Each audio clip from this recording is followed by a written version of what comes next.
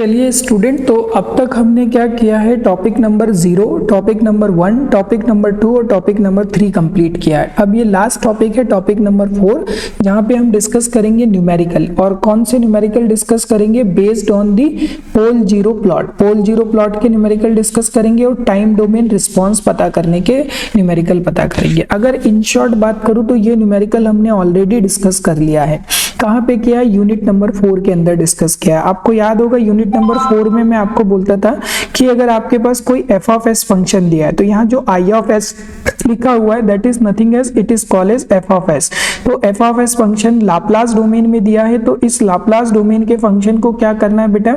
Time domain में पता करना है। तो इट मींस इसका क्या निकालना है? इनवर्स लाप्लास निकालना है। तो जब भी हम इनवर्स लाप्लास निकालते हैं तो हम क्या करते हैं? Partial fraction. तो पार्शियल फ्रैक्शन करने का प्रोसेस क्या है कि भाई फैक्टर कितने? 2 फैक्टर्स है। तो 2 फैक्टर्स है तो हम k1 और k2 लिखेंगे। तो यहाँ पे हमने k1 और k2 लिख दिया। और जब इसको और सिंप्लीफाई करेंगे तो 2s इज इक्वल टू हमें क्या मिल जाएगा? k1 के साथ क्या मिलेगा? s-3 मिलेगा। और k2 के साथ हमें क्या मिलेगा बेटा? s प्लस क्या मिल जाएगा? 1 मिल जाएगा। सपोज मैं अब k1 की वैल्यू पता करना चाहता हूं। अगर मुझे k1 की वैल्यू पता करना है तो मुझे s बराबर क्या पुट करना पड़ेगा? -1। तो मुझे क्या मिल जाएगा? k1 इज इक्वल टू 0.5 मिल जाएगा। आप चेक करना, आपको प्रोसेस आता है। सपोज आप k2 की वैल्यू पता करना चाहते हैं तो k2 की वैल्यू के लिए s बराबर क्या पुट करना पड़ेगा? +3। s बराबर क्या पुट करना पड़ेगा? +3। तो k2 इज इक्वल टू आपके पास क्या आ जाएगा बेटा? 1.5 आएगा। k2 इज इक्वल टू कितना आएगा? 1.5। अब जब आपके पास k1 और k2 की वैल्यू आएगी तो आप न्यूमरेटर जो आपके पास ऊपर वाला पार्ट है उसमें रखेंगे तो आपके पास क्या मिलेगा? s + 1 मिलेगा। और फिर यहाँ पे क्या मिल जाएगा? +1.5 मिलेगा। और क्या मिलेगा? s प्लस आपके पास 3 मिलेगा। सॉरी, नॉट s + 3 है, वो s-3 है। तो दिस इज s-3 मिलेगा। अगर आप इसका इनवर्स लाप्लास लेंगे तो i of t is equal to 0.5 e की पावर -t मिलेगा और +1.5 e की पावर क्या मिलेगा आपके पास? +3t मिलेगा, राइट। तो this is your in time domain response of i of s। ये टाइम डोमेन रिस्पॉन्स किसका है? i ऑफ s का है। बट पेपर में अब हमको ऐसे नहीं करना है। पेपर में हमें क्या करना है बेटा? बाय कौन सी मेथड से करना है? ग्राफिकल मेथड से करना है। अगर बाय ग्राफिकल मेथड से करना है तो मैं आपके लिए एक एक स्टेप बताते चलता हूं। सबसे पहले हम स्टेप नंबर किसकी बात करेंगे? 1 की। तो स्टेप नंबर 1 में हमारा टारगेट क्या रहेगा? फाइंड। क्या पता करना है बेटा? फाइंड पोल और जीरोस। क्या पता करना है? पोल और जीरोस पता करना है। तो सबसे पहले अगर हम जीरोस पता करेंगे सिस्टम के, तो सिस्टम का जीरो कैसे पता कर सकते हैं? जो न्यूमरेटर है उसको इक्वेट टू क्या कर देंगे? 0 कर देंगे। तो जैसे ही न्यूमरेटर इज इक्वेट टू 0 करेंगे तो z1 इज इक्वल टू कितना आ जाएगा आपके पास? 0 आ जाएगा। ओरिजिन पे आ गया। फिर जीरोस निकालने के बाद आप क्या पता करेंगे बेटा? आप पोल्स पता करेंगे। तो अगर पोल्स पता करना है तो पोल्स के लिए आप क्या करते हैं? जो डिनोमिनेटर रहता है, डिनोमिनेटर इज इक्वेट टू क्या कर देते हैं? 0 कर देते हैं। डिनोमिनेटर इज इक्वेट टू 0 करेंगे तो p1 इज इक्वल टू क्या आएगा? -1 और p2 इज इक्वल टू आपके पास क्या आ जाएगा? -+3, राइट। अब स्टेप नंबर 1 इज ओवर। फिर इसके बाद स्टेप नंबर 1 के बाद क्या करेंगे? हम स्टेप नंबर 2 करेंगे। तो स्टेप नंबर 2 में क्या करेंगे? ड्रॉ करेंगे। क्या ड्रॉ करेंगे बेटा? Pole zero plot. तो हमने क्या लिख दिया? Pole zero plot. तो एस प्लेन पे हम इसका क्या करने वाले? पोल जीरो प्लॉट ड्रॉ करने वाले। तो किसी भी पोल जीरो प्लॉट बनाने के लिए हमें क्या करना पड़ता है वो देखिए। तो ये हमने क्या कर दिया? y एक्सेस ले लिया और ये हमारे पास क्या हो गई? x एक्सेस हो गई। x और y एक्सेस बनाने के बाद नेक्स्ट स्टेप क्या करने वाले वो देखते हैं। तो ये हमें आगे चल के x और y स्टेप की और जरूरत पड़ेगी तो हम उसको कहाँ यूज करेंगे थोड़ी देर से आपको हम बताएंगे। तो अभी हम यहाँ पर बनाकर छोड़ देते हैं, बाद में इसको एक्सप्लेन करेंगे कि ये x y का क्या रिलेशन होता है और कैसे काम कर सकते हैं। चलिए, तो अगर आपने सपोज अभी हम पोल जीरो प्लॉट ड्रॉ कर रहे हैं तो पोल और जीरो ड्रॉ करने के लिए हम क्या करते हैं कि मैं आपको यहाँ पर इस ब्लू कलर से पोल्स को ड्रॉ कर देता हूँ और सॉरी पिंक कलर से मैं पोल्स ड्रॉ करता हूँ। तो पोल्स क्या हो गया? +3। तो ये लिख दिया मैंने भाई +3। This is your +3। तो ये आ गया आपके पास +3 और +3 जैसे आपको ऑब्टेन हुआ, ठीक है ना। तो जो आपने +3 की वैल्यू लेके आए यहाँ पर, तो इसको आपने क्या बोल दिया? This is your p2 pole. और आपने यहाँ पे क्या बना दिया? This is called as p1 pole. तो ये आपके पास क्या हो गया? -1। अब आप जीरोस बनाना चाहते हैं तो आपने यहाँ सर्कल बनाया तो ये हो गया आपके पास z1 0, राइट। तो इसे बोलते हैं पोल जीरो प्लॉट। तो ये पोल जीरो प्लॉट ऑलरेडी आपको आता था कि कैसे हम ड्रॉ करते हैं, और हमने प्रीवियस बहुत सारे न्यूमेरिकल भी सॉल्व किए और बहुत सारे न्यूमेरिकल में हमने पोल जीरो प्लॉट को देखा भी है कि किस तरीके से सॉल्व कर सकते हैं। नाउ नेक्स्ट पॉइंट बात करते हैं। पोल जीरो प्लॉट ड्रॉ करने के बाद नेक्स्ट स्टेप हमारी स्टेप नंबर 2 कंप्लीट हो गई है।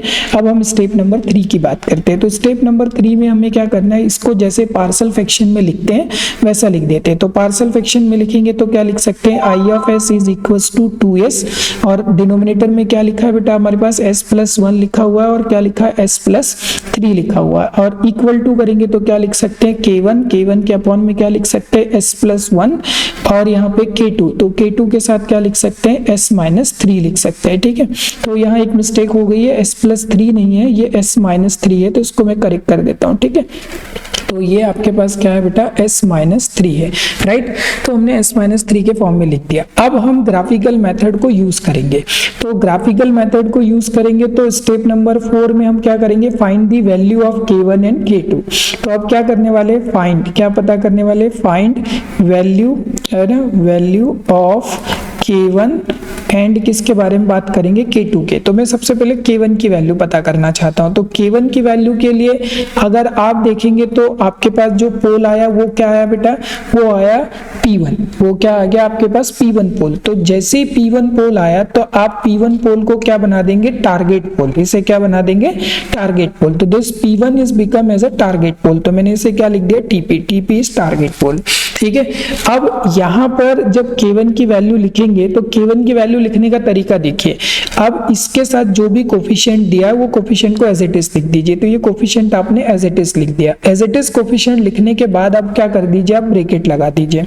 ब्रैकेट लगाने के बाद जब भी आप, इस लाइन को ध्यान से सुनना, जब भी आप पोल से जीरो की तरफ जाएंगे, पोल से जीरो की तरफ जाएंगे तो उसको न्यूमरेटर में लिखेंगे, और जब पोल से पोल की तरफ जाएंगे तो उसको किस में लिखेंगे, डिनोमिनेटर में लिखेंगे। अब लिखेंगे कैसे वो समझते हैं।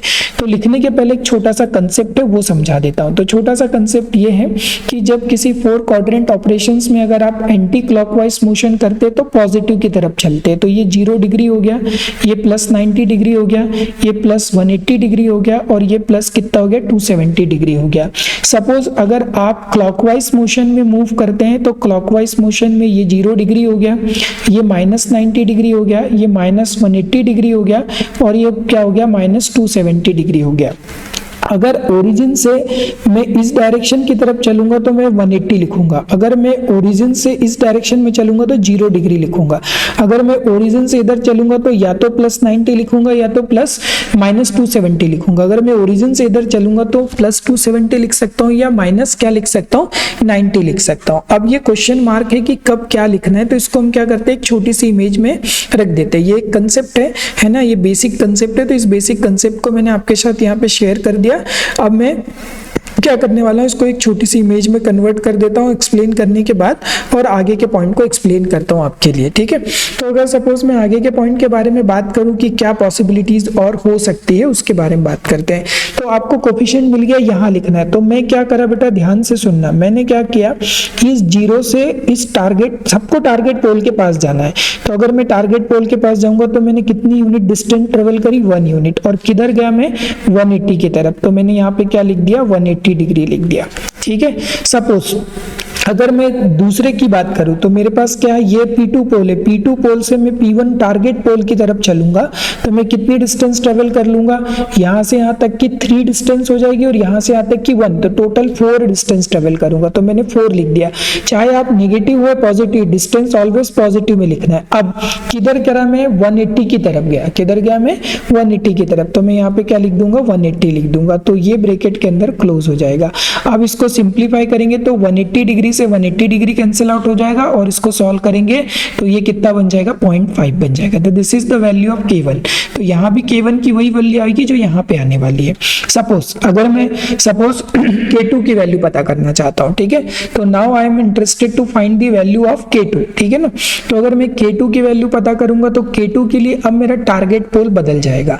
तो अगर let's my target pole k2 के लिए कितना बन जाएगा, P3, है ना। तो ये क्योंकि k2 के साथ क्या लिखा है, ये लिखा हुआ है 3 लिखा हुआ है -3, तो ये बन जाएगा अब हमारा target pole. This is called as your target pole, ठीक है।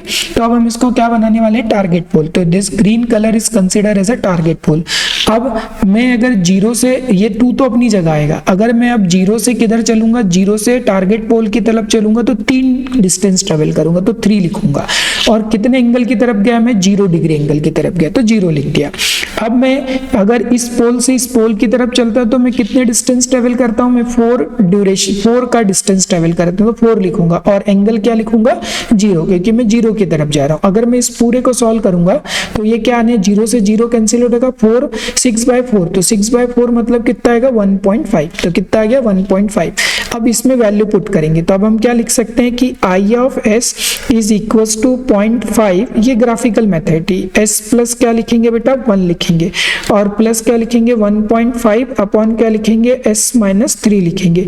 इनवर्स लाप्लास लगाएंगे तो क्या लिख सकते हैं, I of t is equal to 0.5 e की पावर -t प्लस 1.5 e की पावर -3t, तो यहाँ माइनस है तो यहाँ क्या आएगा, +3t आएगा।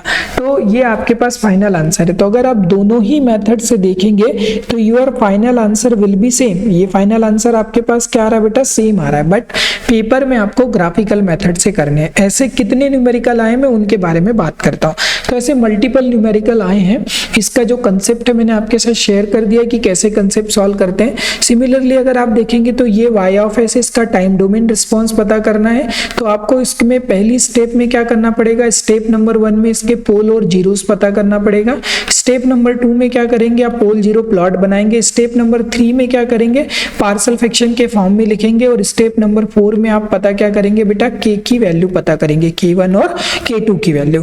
तो इसका सोल्यूशन मैंने आपको प्रोवाइड कर दिया है। टारगेट पोल डिसाइड करते चलना है, एक बार टारगेट पोल 2 बनेगा -2, एक बार बनेगा -7, ठीक है। और उसके बाद आप कर सकते हैं, अगर जब भी आप 0 से लेके पोल की तरफ जाएंगे तो वो न्यूमरेटर में लिखेंगे, और जब पोल से टारगेट पोल की तरफ जाएंगे तो डिनोमिनेटर में लिखेंगे। तो पिछले क्वेश्चन में मैंने आपको बताया। सपोज अगर आप देखेंगे तो ये भी क्वेश्चन सेम क्वेश्चन है, ठीक है। तो अगर इसका टाइम डोमेन रिस्पॉन्स पता करना है तो इसके साथ कोई कोफिशिएंट नहीं है, तो यहाँ पे कितना आ जाएगा, 1 आ जाएगा।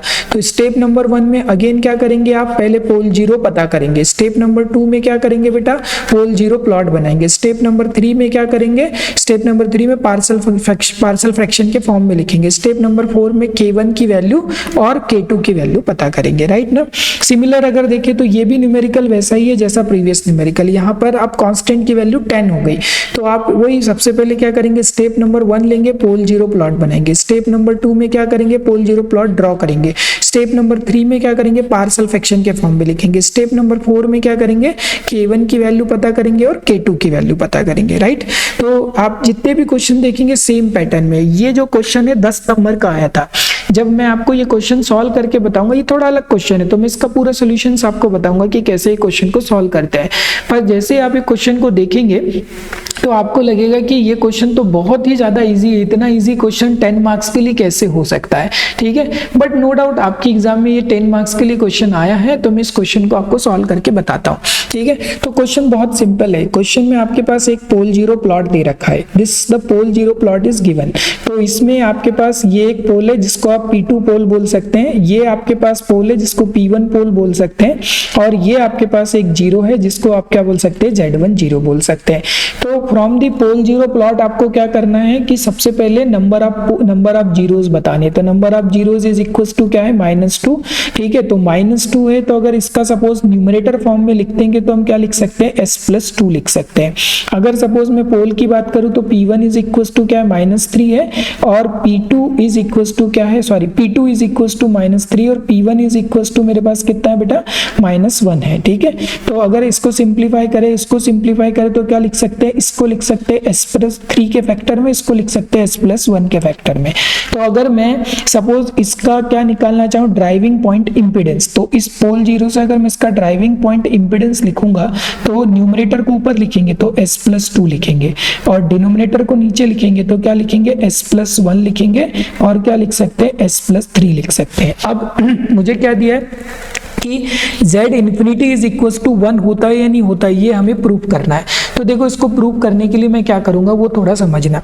तो जब भी कभी ऐसा क्वेश्चन दिया हो तो इसे बोलते हैं फ्रीक्वेंसी डोमेन रिप्रेजेंटेशन, ये फ्रीक्वेंसी डोमेन रिप्रेजेंटेशन है।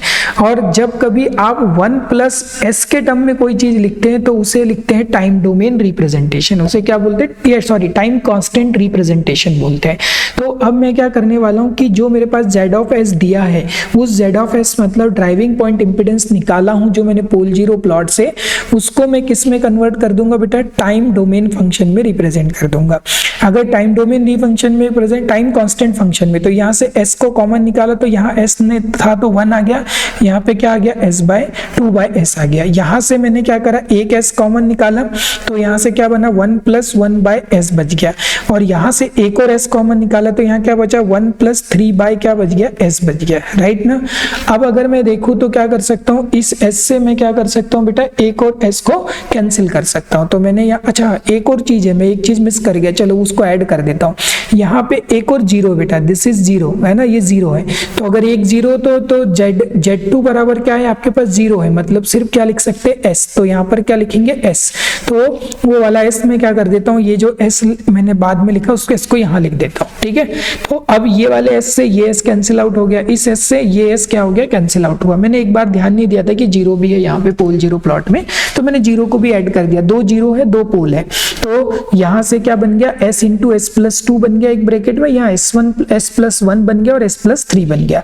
अब कॉमन निकालने के बाद जब मैं इस फैक्टर को सिंप्लीफाई करके देखता हूं तो ये फैक्टर कैसा मिलता है, ये मुझे मिलेगा 1 प्लस 2 बाय क्या मिलेगा, s मिलेगा, 1 प्लस 2 बाय s मिलेगा एक ब्रैकेट में, और इधर क्या मिलेगा 1 प्लस 1 बाय s बनेगा एक ब्रैकेट में, ठीक है। और यहाँ की बात करूं तो यहाँ क्या बन सकता है, 1 प्लस 3 बाय क्या बचेगा बेटा, s बचेगा, राइट। तो ये z ऑफ s मिल गया।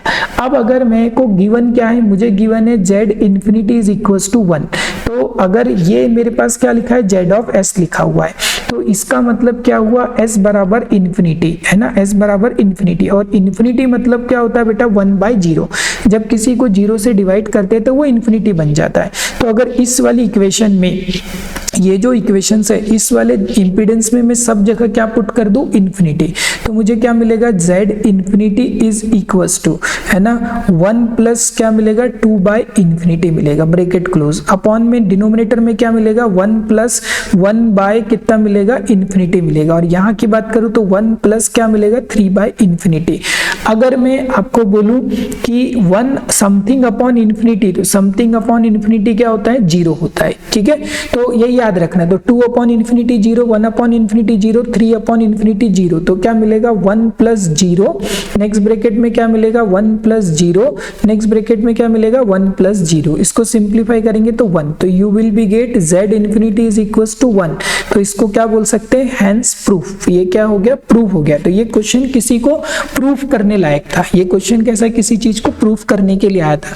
ये क्वेश्चन आपने देखा कितना सिंपल था, पर 10 मार्क्स के लिए क्वेश्चन आया है। अगर आप देखेंगे तो this question is asked for the 10 marks, right ना, तो उन्होंने पूछा हुआ है, ऐसे क्वेश्चन भी आते हैं पेपर में। तो यहाँ पर मैं पूरा कंक्लूड करता हूँ, ठीक है। हम टॉपिक नंबर 1 से टॉपिक नंबर 4 तक कैसे गए उन सब चीजों के बारे में डिस्कस करते हैं, ठीक है। तो मैं एक बार क्या करता हूँ, इनिशियल वाली स्लाइड पे चलते हैं जहां पर हमने स्टार्ट किया था। तो सबसे पहली वाली स्लाइड जहां पर हमने चारों टॉपिक्स के बारे में बात की, तो आप देखिए मैंने यहाँ पर आपको ये चारों टॉपिक एक्सप्लेन किए। कौन कौन से टॉपिक एक्सप्लेन किए बेटा, मैंने आपको बताया कि भाई नेटवर्क फंक्शंस क्या होते हैं, pole zero function, pole zero में नेटवर्क फंक्शन को कैसे डिफाइन करते हैं, देन मैंने बताया driving point impedance, driving point admittance, pole zero plot कैसे बनाते हैं, ठीक है। टाइम डोमेन रिस्पॉन्स के न्यूमेरिकल करवाए, और मैंने आपसे बोला था कि पैरेलल रेजोनेंस के ऊपर आज तक क्वेश्चन नहीं आया, इसलिए मैं इसको नहीं पढ़ा रहा हूँ, ठीक है। तो ये 4 टॉपिक थे, चारों टॉपिक के हमने क्वेश्चन सॉल्व किए, ठीक है। अभी जो हम टॉपिक डिस्कस कर रहे थे वो हमारा टॉपिक नंबर क्या था, टॉपिक नंबर 4 था, ठीक है। तो हम टॉपिक नंबर 4 के ऊपर फोकस करेंगे कि हमारा टॉपिक नंबर 4 क्या है। तो टॉपिक नंबर 4 में देखेंगे तो अब 3 और 4 दो ही टॉपिक है जिसमें न्यूमेरिकल आते हैं, न्यूमेरिकल 2 से 3 कैटेगरी के न्यूमेरिकल आते, बाकी कुछ नहीं। तो अगर जब भी आपके पास कोई लाप्लास फंक्शन में दिया हो या नेटवर्क फंक्शन के फॉर्म में करंट या वोल्टेज दिया हो, तो उसको आपका टाइम डोमेन रिस्पॉन्स निकालना है पोल जीरो प्लॉट की हेल्प से, ठीक है। तो ये ग्राफिकल मेथड से करेंगे तब आपको पूरे नंबर मिलेंगे। तो सिमिलर क्वेश्चन थे इस इसलिए मैं क्वेश्चन को सॉल्व नहीं कर रहा था। एक डिफरेंट क्वेश्चन था जिसमें पोल जीरो प्लॉट दिया था और किसी एक गिवन डेटा को क्या करना था, प्रूफ करना था। तो यहाँ पर हम ये बोल सकते हैं कि हमारी यूनिट नंबर 6 कंप्लीट हो चुकी है 100%। जो सिमिलर क्वेश्चन थे वो मैंने सॉल्व नहीं किए, बट मेरे नोट्स में वो सारे सिमिलर क्वेश्चंस को मैंने सॉल्व करके भेजा है, आप नोट से देख सकते हैं। बट यहाँ पर मैंने वीडियो में सिर्फ आपको कंसेप्ट एक्सप्लेन किया है कि कैसे कर सकते हैं, क्या कर सकते हैं, बस। तो बेस्ट विशेस है ना। तो आप 6 यूनिट के ये 4 लेक्चर्स को प्रॉपरली वॉच करिए। अगर कोई डाउट आता है तो आप मुझसे पूछिए, ठीक है।